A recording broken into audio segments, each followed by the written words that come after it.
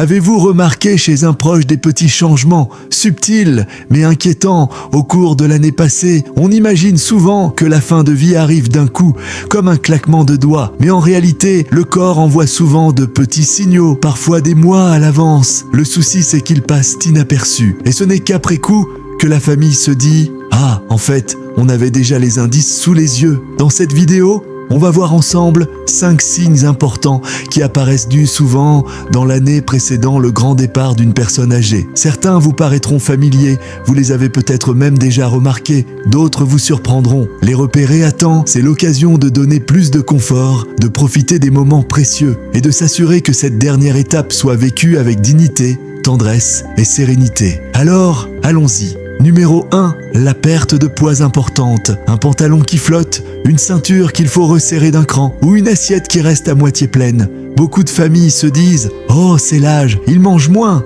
Mais en réalité, perdre du poids sans le vouloir est rarement anodin. Cela veut souvent dire que le corps assimile moins bien les nutriments, que les muscles fondent et que les systèmes internes tournent au ralenti. En clair, quand on perd trop vite sans régime ni sport intensif, ce qui est rarement le cas à 85 ans, c'est le corps qui envoie un message. Numéro 2, une fatigue extrême et persistante. Là, ce n'est plus la petite sieste devant question pour un champion. Non, c'est une fatigue profonde qui ne disparaît pas même après le repos. Se lever du lit devient une épreuve, traverser la pièce un marathon et parfois même discuter quelques minutes semble trop épuisant. Le corps économise ses forces, garde son énergie pour l'essentiel. Ce n'est pas de la paresse ni de la mauvaise volonté. C'est juste le corps qui dit « Stop, j'ai besoin de ralentir ». Numéro 3, la confusion ou le retrait. On le remarque quand une personne autrefois vive d'esprit commence à perdre le fil de la conversation, à oublier des prénoms ou à se perdre dans un lieu familier. Ce n'est pas juste « j'ai un trou de mémoire », mais plutôt un cerveau qui reçoit moins d'oxygène et qui fatigue. Parfois, la personne s'isole, parle moins, reste en retrait. Ce n'est pas qu'elle n'aime plus ses proches, c'est simplement que suivre les échanges devient trop difficile. L'important, dans ces moments-là, c'est d'être présent, rassurant et de se rappeler qu'elle ressent malgré tout l'amour et la tendresse qui l'entourent. Numéro 4, les infections à répétition et la cicatrisation lente. Un petit rhume qui dure 3 semaines, une coupure qui ne guérit pas bien ou des bronchites qui reviennent trop souvent.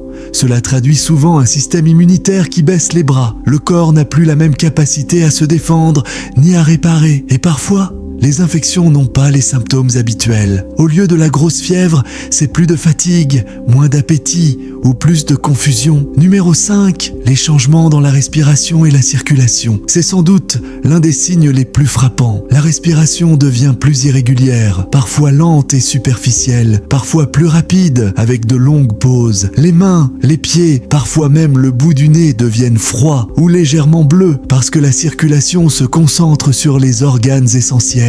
Cela peut être impressionnant pour l'entourage, mais il faut se rappeler que c'est un processus naturel. L'essentiel est d'apporter du confort, garder l'air frais, proposer de petites gorgées d'eau ou aider à trouver une position plus agréable pour respirer. En conclusion, ces 5 signes, perte de poids, grande fatigue, confusion, infections fréquentes et changements dans la respiration ne veulent pas dire que la fin est pour demain matin, mais qu'elle approche. Le plus important, ce n'est pas de chercher à lutter contre l'inévitable, mais de profiter de chaque instant, de créer des moments de tendresse, de raconter des histoires, de partager des sourires et d'accompagner avec douceur et dignité. Rappelons-nous, même si les mots s'éteignent, l'amour, lui, continue de se sentir jusqu'au bout.